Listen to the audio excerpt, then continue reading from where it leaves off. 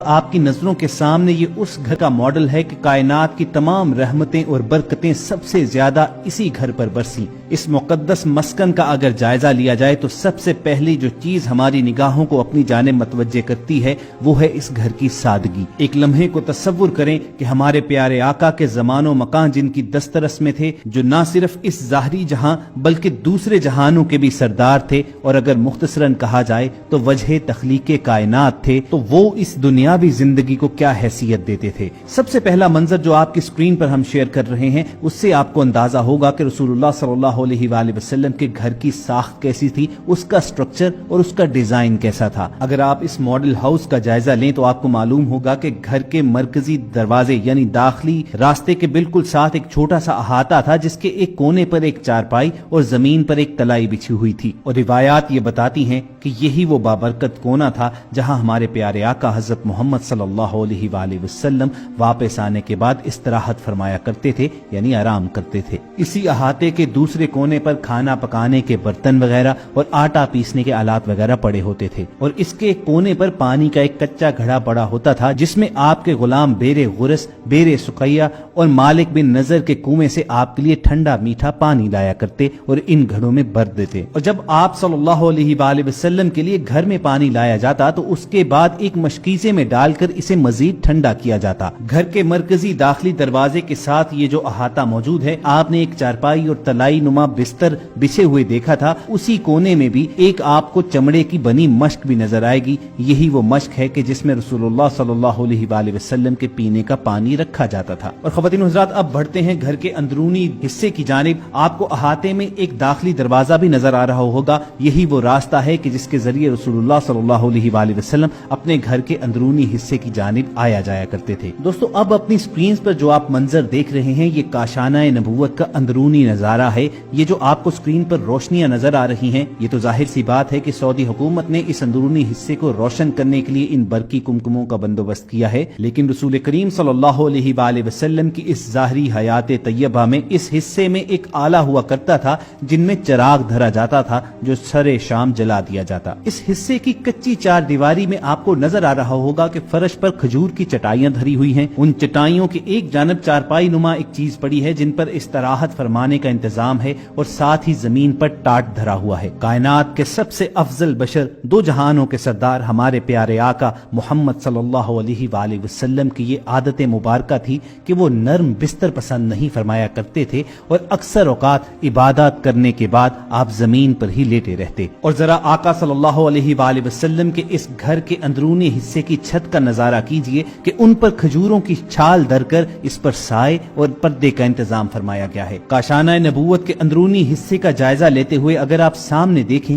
تو آپ کو دیوار کے ساتھ کھجور کی کچھ خشک شاخیں پڑی ہوئی نظر آئیں گی، اس کے ساتھ ہی اناج سٹور کرنے کا ایک چھوٹا سا برتن، اس کے ساتھ رسول پاک صلی اللہ علیہ وآلہ وسلم کا اس زمانے میں عصا دھرا ہوتا تھا، اور اس کے ساتھ ہی زمین پر وہ برتن پڑے ہیں جن پہ رسول اللہ صلی اللہ علیہ وآلہ وسلم اور ازواج مطہرات کھانا تناول فرمایا کرتے تھے۔ آپ صلی اللہ علیہ وآلہ وسلم کھانے میں انتہائی محتاط طریقہ اختیار کیا کرتے تھے۔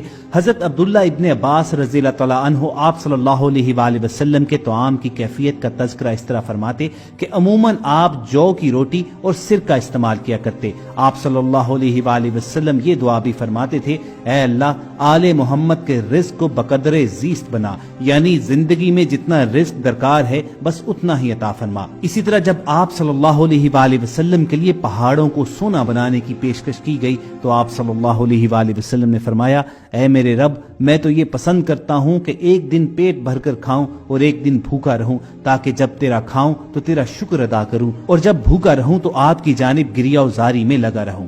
آپ نے زہد و قناعت کا درس دیا۔ اس راہ میں آپ صلی اللہ علیہ وآلہ وسلم کا اپنا طرز عمل کیا تھا؟ عرب کے ہر گوشے سے دولت کے خزانے لدے چلے آتے تھے، مگر شہنشاہ عرب و عجم رسول اللہ صلی اللہ علیہ وآلہ وسلم کے کاشانہ نبوت میں وہی فقر و فاقہ ہوتا تھا۔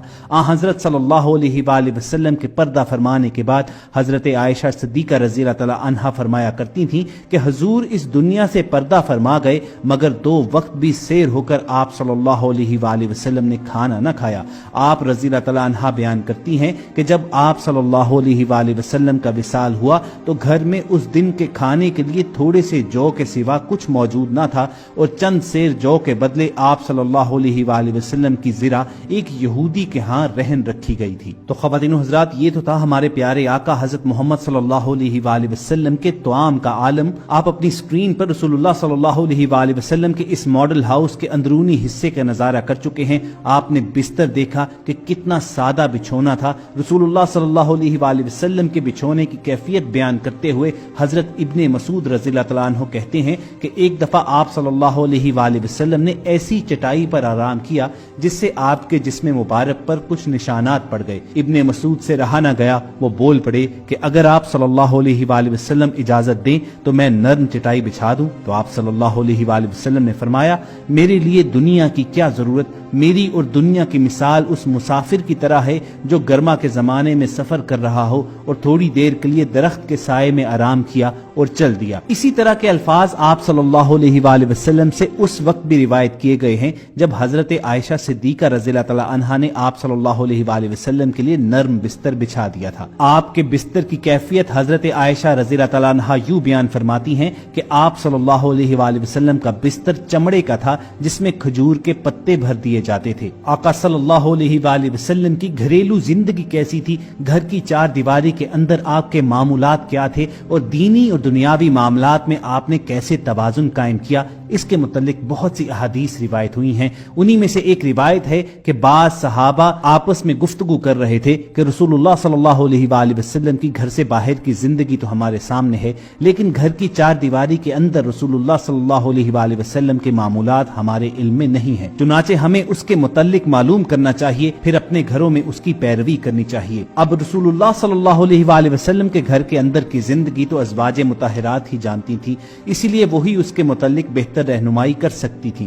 چنانچہ ان اصحاب نے آپس میں مشورہ کیا کہ ازواج مطہرات کی خدمت میں جاتے ہیں اور جا کر اس بارے میں پوچھتے ہیں۔ چنانچہ یہ اصحاب گئے تو تمام ازواج مطہرات نے یہ بتایا کہ رسول اللہ صلی اللہ علیہ وآلہ وسلم کے گھر کے معمولات ویسے ہی تھے جیسے دوسرے لوگوں کے تھے۔ کھانے کا وقت ہوتا تو کھانا کھاتے، گھر کا کوئی کام کاج ہوتا تو وہ خود کر دیتے، گھر کی کسی چیز کی مرمت کرنی ہوتی تو خود کر دیتے، کوئی جوتا گانٹھنا ہوتا تو وہ گانٹھ دیتے، چارپائی سیدھی کرنی ہوتی تو کر دیتے، کسی کام میں ازواج مطہرات کا ہاتھ بٹانے کی ضرورت ہوتی تو ہاتھ بٹا دیتے۔ گویا نبی کریم صلی اللہ علیہ وآلہ وسلم نے بھی ایک بھرپور خاندانی زندگی گزاری۔ جس طرح رسول اللہ صلی اللہ علیہ وآلہ وسلم کی زندگی کے دوسرے پہلو ہمارے لیے آئیڈیل ہیں، اسی طرح خاندانی معاملات میں آپ کی خانگی زندگی بھی ہمارے لیے مشعل راہ ہے۔ ہم نے ہر معاملے میں جناب رسول اللہ صلی اللہ علیہ وآلہ وسلم کی زندگی کو دیکھنا ہے اور انہی کی طرز زندگی کی پیروی کرنی ہے۔ اللہ رب العزت نے قرآن کریم کی سورۃ الاحزاب میں یہی بات فرمائی ہے کہ تمہارے لیے رسول اللہ صلی اللہ علیہ وآلہ وسلم کی ذات بہترین نمونہ ہے۔ ہمارے پیارے آقا محمد صلی اللہ علیہ وآلہ وسلم کی سیرت مبارکہ در حقیقت قرآن پاک کی عملی تفسیر ہے۔ جو کچھ قرآن میں ہے وہ سب مجسم ہو کر آپ صلی اللہ علیہ وآلہ وسلم کی زندگی میں نظر آیا۔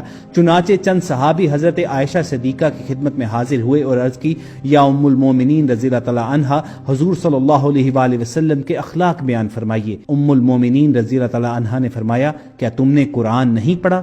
یعنی قرآن الفاظ و عبارت ہے اور محمد رسول اللہ صلی اللہ علیہ وآلہ وسلم کی زندگی اس کی عملی تفسیر۔ وائس ڈیلی کی اس ویڈیو سیشن میں ہم نے یہ کوشش کی کہ آپ تک رسول اللہ صلی اللہ علیہ وآلہ وسلم کی خانگی زندگی اور اس کے ساتھ ساتھ آپ کے گھریلو معاملات بھی آپ تک پہنچائے جائیں۔ امید کرتے ہیں کہ ہم اپنی اس کوشش میں کامیاب ضرور ہوئے ہوں گے۔ آخر میں آئیے دعا کیجئے کہ اللہ تعالی ہمیں بھی اپنی زندگیاں رسول اللہ صلی اللہ علیہ وآلہ وسلم کی حیات مبارکہ کی طرح ڈھالنے کی سعادت نصیب فرمائے۔ اگر آپ کے دل کی بھی یہی صدا ہے تو کمنٹ سیکشن میں آمین ضرور لکھیے گا۔ اس کے ساتھ ساتھ اگر آپ کو وائس ڈیلی کی یہ کاوش پسند آئی ہو تو آپ اس ویڈیو کو لائک کر کے ایک صدقہ جاریہ کے طور پر دوسرے لوگوں کے ساتھ شیئر بھی کیجیے گا۔ کوشش ہوگی کہ کسی ایسی ہی انفارمیٹو سیشن میں دوبارہ آپ سے ملاقات ہو۔ اپنا اور ارد گرد کے لوگوں کا خیال رکھیے اور سنتے رہیے وائس ڈیلی۔